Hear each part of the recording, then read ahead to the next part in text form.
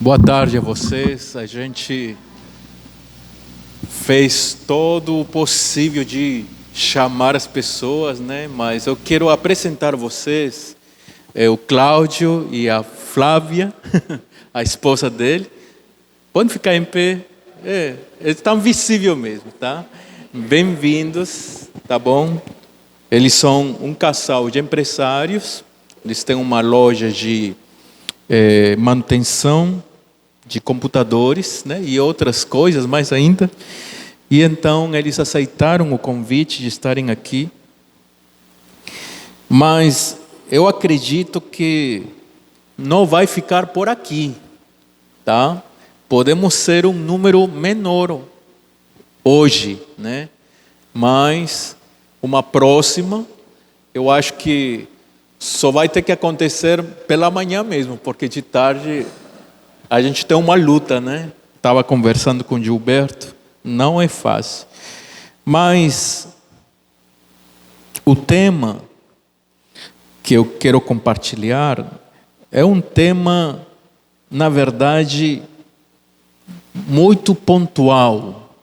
Tem um grau de importância, né? E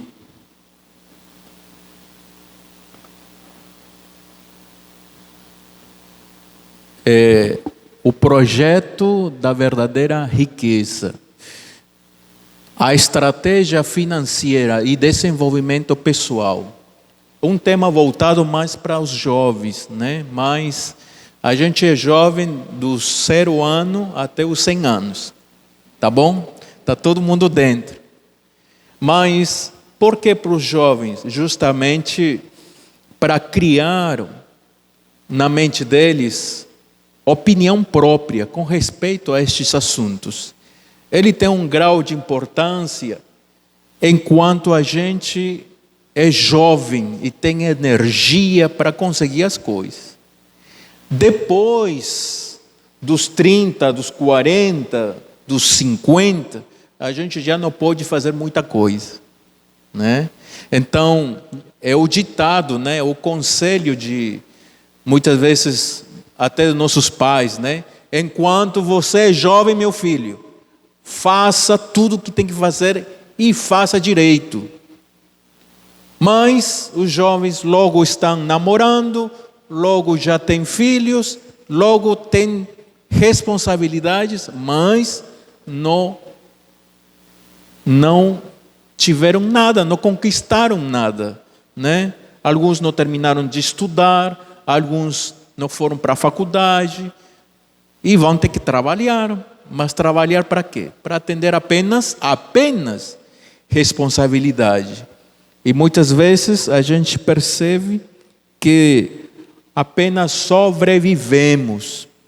Só que não é só isso. Porque educação financeira não se fala nas escolas. Por quê?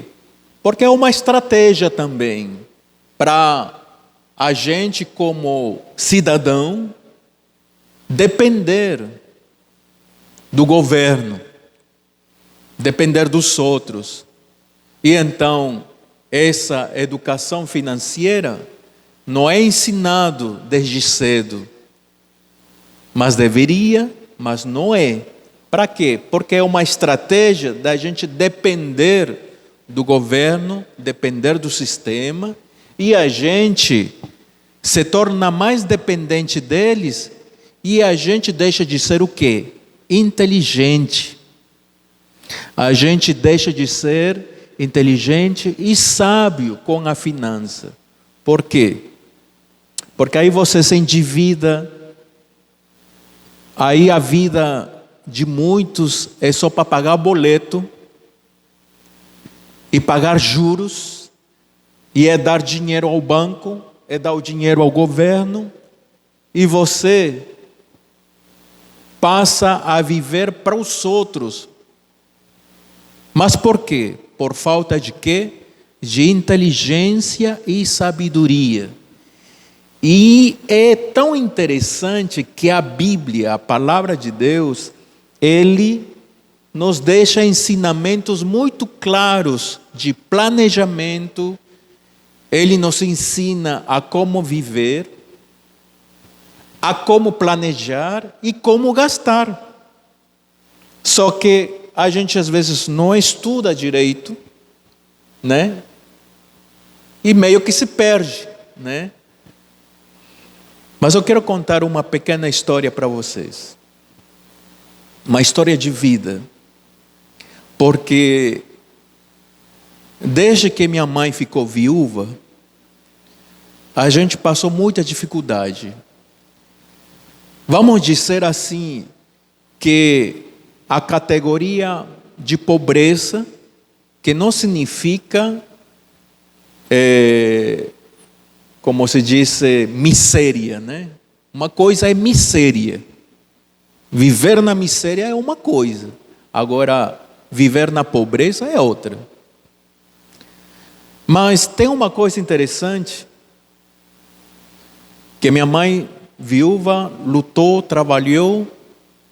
A gente aprendeu, às vezes, a não ter 3 refeições no dia. A gente se acostumou a ter 2 refeições no dia. Às vezes, a refeição do almoço era só depois que ela voltava do trabalho. A gente aprendeu na dificuldade. E, para mim, pessoalmente, aprendi a valorizar o pouco. O pouco. E uma delas é o dinheiro quando é pouco. Você aprende a valorizar. E o que me surpreendia muito era como que ela conseguia resolver muitas coisas.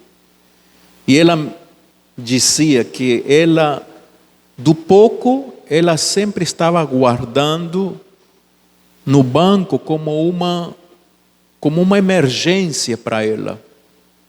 Do pouco. Então, eu vou dizer para vocês uma coisa aqui importante. O problema não é o quanto você ganha, porque pode ser pouco ou pode ser muito. O problema é o que você faz com isso que é pouco ou muito. Como você administra isso. Essa é a questão. E aqui, vamos ver aqui no primeiro slide. Nós temos aqui as bases, né, os princípios. Primeiramente, prioridades. Autoconhecimento, que o autoconhecimento tem a ver com o caráter, com a pessoa. Sabem que nem todo mundo está preparado para ter riqueza. Não é todo mundo que está preparado para ter riqueza. Há pessoas que, se tiver riqueza, viram o cão, viram a pior pessoa. Há pessoas que passam a ser opressivos. Há pessoas que passam a ser dominantes.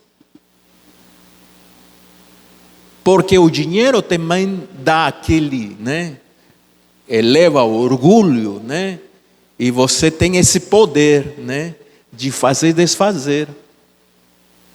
Eu vi uma história muito breve, que um homem deu as contas a um homem que trabalhava na casa dele, só para ver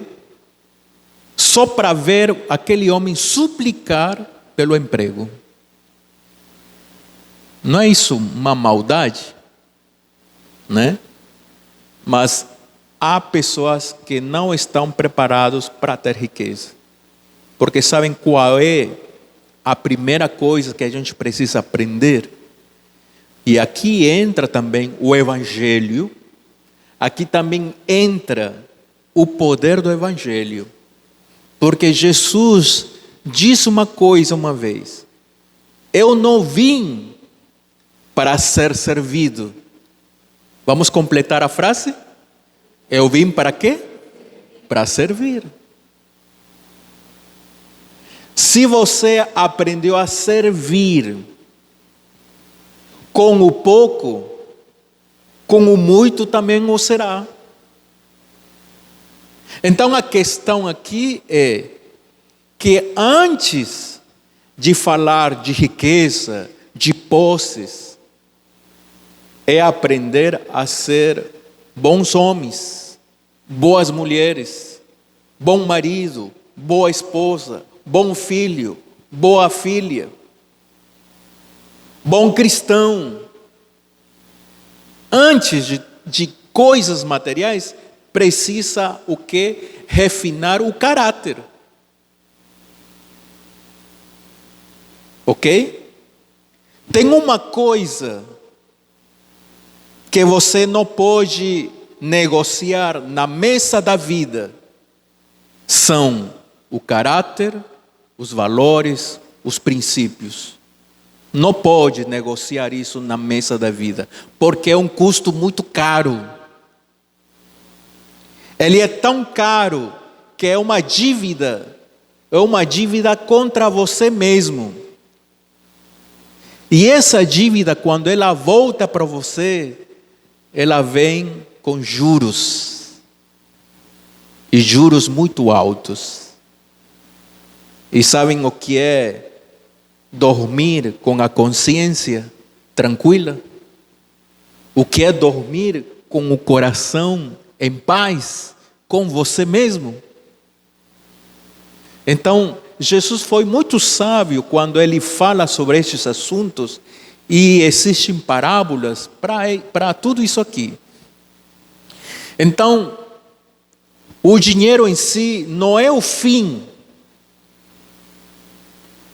Ele não o dinheiro em si não é o fim. O dinheiro não é o fim. Não é apenas ter dinheiro. Não é. Por quê? Porque ela muitas vezes produz ansiedade, ela muitas vezes enche o coração de vaidade, e vaidade é orgulho, né? E também insatisfação. Tem gente que tem tudo, mas está insatisfeito. Que mais? Acumula, porque tem como adquirir, mas aquilo não satisfaz, né? Mas também tem outro detalhe aí embaixo: a riqueza de procedência vã. Olha o perigo.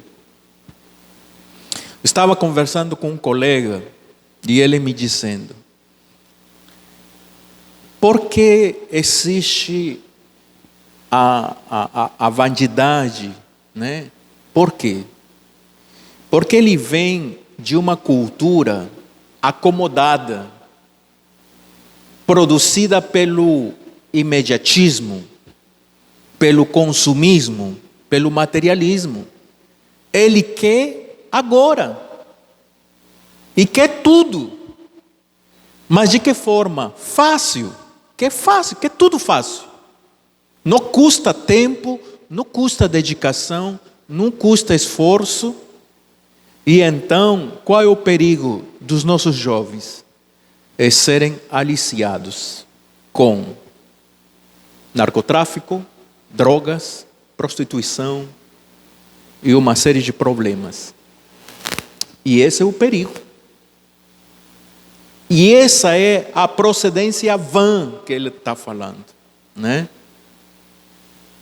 Essa procedência é perigosa. E aqui tem o outro lado, né? O dinheiro como instrumento. Na verdade, o dinheiro, as posses, elas são um instrumento, mas, quando compreendido como ferramenta, ela vai financiar propósitos, gera liberdade, abençoa a comunidade, isto é uma bênção para as pessoas, né? Olha, de que vale uma pessoa rica ou uma pessoa com dinheiro e não tem ninguém do lado dele? Todo mundo odeia essa pessoa. Não pelo que tem às vezes, mas pelo que é, pelo caráter da pessoa. Mas aqui, por outro lado, na verdade, a gente precisa entender que o dinheiro, ele não é um problema. Muitas vezes, no meio cristão, às vezes se fala mal do dinheiro, como se fosse pecaminoso, como se fosse do diabo, né? Não tem nada a ver com isso. Não há problema com o dinheiro. O problema é não entender, não compreender que ele é uma ferramenta, ele é um instrumento. Quando se fala que financiar propósitos gera liberdade, está querendo dizer uma coisa: uma pessoa que se define, que sabe quem é, o dinheiro não vai mudar a pessoa. Estamos entendendo? Por exemplo, Davi, em um momento, olha como é isso, né? Interessante. Davi, primeiro há outro texto que me veio na minha mente. O texto fala assim, que é mais difícil, isso aqui está em Mateus 6:21, é mais difícil passar, quer dizer, é mais fácil passar um camelo no olho de uma agulha do que um rico ir para o céu. Outro detalhe, que eu quero fazer amarrar essa ideia. Davi, quando ele viu diante da situação, todos, tanto o rei Saul como os outros que eram já homens de guerra, né? E Davi não era um homem de guerra, Davi era um pastor de ovelha. O que ele fazia muito era, ele praticava, né? A funda e a pedra, né? Ele praticava muito, né? Mas ele, na sua experiência, ele diz: eu matei o leão e o urso, em nome do Senhor. Ele não perdeu a identidade dele. Ele se considerava filho de Deus, um homem de Deus. Mas os outros, os grandes, os que tinham capacidade, eles tiveram medo da situação e esqueceram sua identidade. E então Davi disse: mas vocês se esqueceram que vocês são o povo de Deus, do exército do Senhor? Vocês se esqueceram? E ele disse, e quando ele encara a situação, ele disse: eu vim no nome do Senhor e eu vou te destruir. E aí acabou com Golias. Uma grande lição de identidade. Sabem que os nossos maiores perigos da nossa sociedade hoje é que está perdendo identidade. Por quê? Porque é mais fácil ser levado pela pressão da sociedade, é mais fácil ser levado pela tendência do momento, né? Pelo que é mais fácil, pelo que é mais rápido. Não, bota ali um áudio ali que eu aprendo escutando, mas não lê. E então esse é um problema dos nossos momentos hoje, né? Muito bem. E então o dinheiro, ele não é bom nem é mau. Na verdade é quem está no controle, é você. Então, propósito é essência da pessoa, né? Quando alguém disse essa pessoa tem essência, está falando que tem caráter. Quando o dinheiro ou as posses ou as coisas mudam a pessoa deixou de ter o quê? Deixou de ter caráter. Tá bom?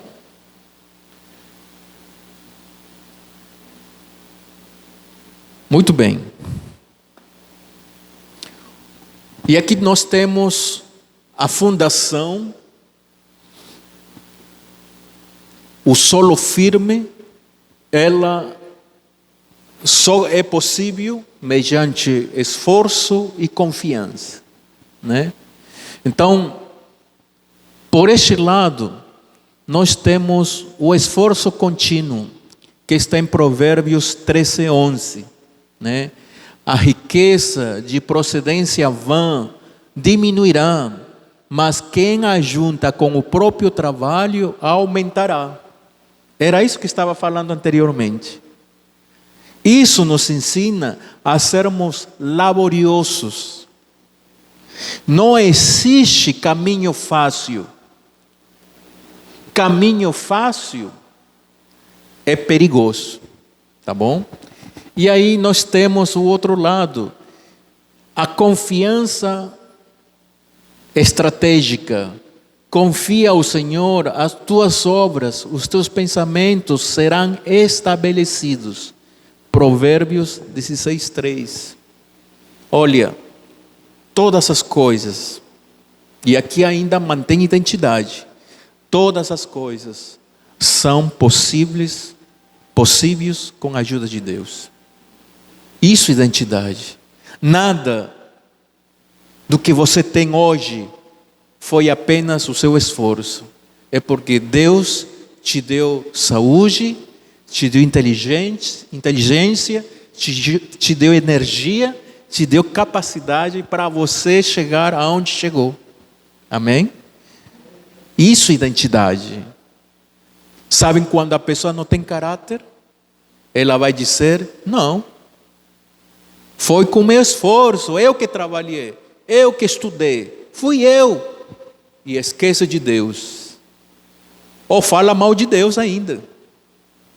E sabe o que vai acontecer com essa pessoa? Vai maltratar os outros. E vai tratar os outros como inferiores a ele. Por causa desse pensamento. Isso é caráter distorcido. Então, falar de riqueza, falar de posses, falar de construir patrimônio, antes de tudo isso, é formar o caráter. Porque quando você tenha essas coisas, será para bênção, né? Além de ser para você, para crescimento e sustentação, será para a bênção também, né? E essa é uma coisa muito fascinante. Eu quero dizer que a gente já teve 3 vezes, né? Mudamos o evento, mas eu fui aprendendo outras coisas. Então, o que eu estou falando agora é aquilo que aprendi agora há pouco, que me deu mais entendimento, né? E aqui, olha só, a dignidade do trabalho honesto, a verdadeira prosperidade exige o desenvolvimento contínuo de nossos talentos, em parceria com a sabedoria divina, evitando ociosidade. Sabe o que está acontecendo com nossas gerações desses últimos tempos? É que está ensinando a ser mais ocioso. Sabem por quê? Porque tudo está fácil. Se você disser para um jovem, você está precisando de dinheiro? Estou. Está fazendo o quê? Está fazendo o quê nos seus horários livres? Tudo bem, você vai para a escola, volta, e as horas que ficam? Fica fazendo o quê? E aqui vem esse princípio, laboriosidade. As meninas podem fazer alguma coisinha ali interessante, bonitinha. E sempre tem os coleguinhas que têm dinheiro, né? Vai lá e vende. Elas vão comprar, se elas gostarem, vão comprar. Os meninos, vão fazer alguma coisa. Vai capinar, vai lavar o carro, vai fazer alguma coisa. Vai inventar alguma coisa. Sabem que de certos anos para cá, já não tem mais inventores. O invento passou a ser colaborativo. Só que isso também já passou.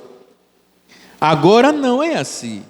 Se eu tenho esse aparelho, tudo que eu precisar já está aqui, não preciso de ninguém. Então a gente deixa de ser colaborativo.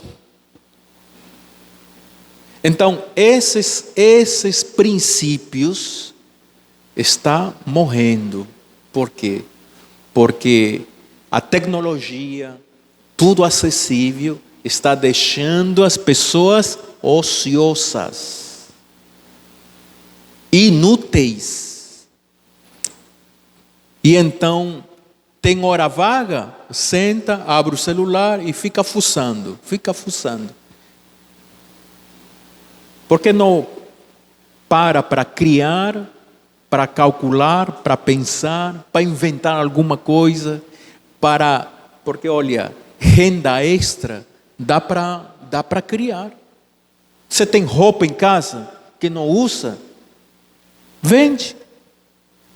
Tem alguma coisa em casa que não está usando mais, vende. Cria uma renda extra. Agora, nós estamos aqui mais adultos. Mas falem isso para os jovens. Você quer uma bike? Vende picolé. Vamos fazer picolé. Sai para vender. E junta teu dinheiro. Sabem qual é o problema?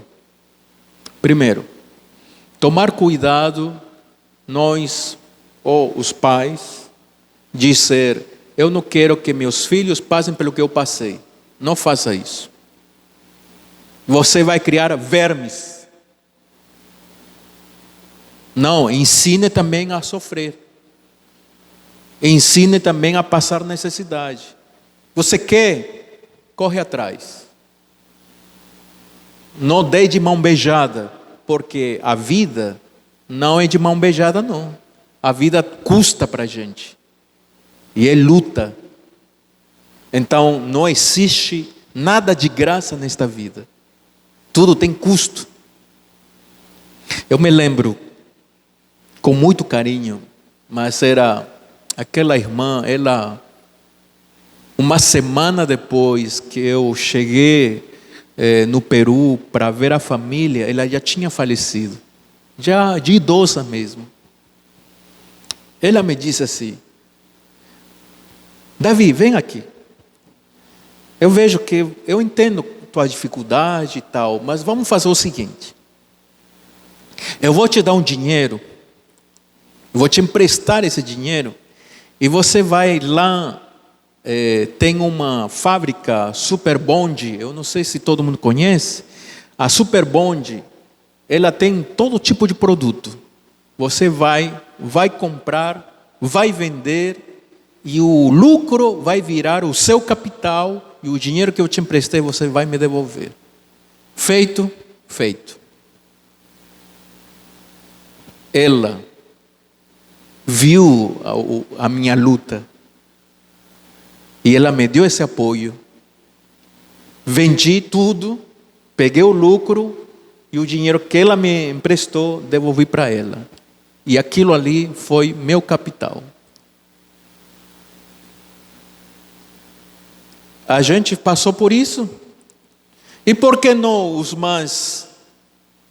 filhos, os jovens de agora? Para que facilitar para eles? Não vão valorizar. E então, e outra coisa, é isso que forma o caráter.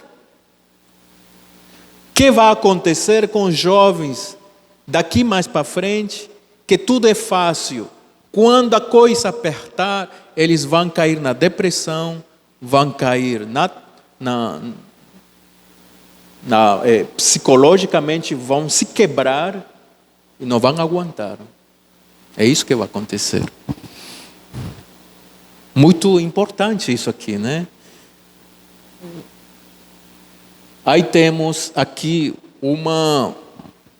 vamos dizer assim, nós temos aqui, primeira coisa, construir. Nós precisamos,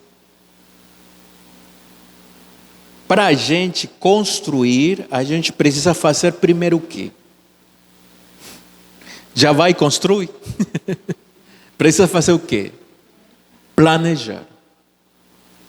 Então, o problema do latino, né? Eu vou falar assim de maneira geral, porque é um problema do latino mesmo, do latino-americano. Nós latino-americanos, é que a gente já faz, mas não para primeiro para calcular, para planejar, vai logo gastando, e depois disse, cara, eu gastei tanto e não terminei. Não acredita? Não terminei.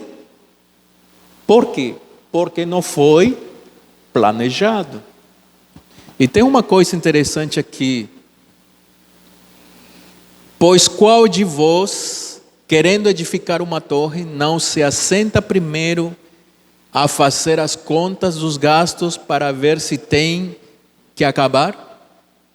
Para que não aconteça que todos comecem a escarnecer dele, dizendo, este homem começou a edificar e não pode acabar.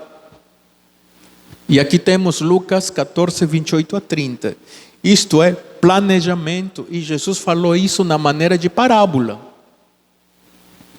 E aqui nós temos a primeira coisa aqui, o primeiro passo, a necessidade de pausar impulsos. O latino-americano é impulsivo por natureza. Eu não sei de quem nós herdamos isso, né? Porque o europeu é impulsivo, mas eles são muito espertos. Eles são impulsivos, mas eles são estrategistas. E o latino, ele é impulsivo, mas não é estrategista. Só faz. Então, princípio, nunca tome decisões para a vida quando você está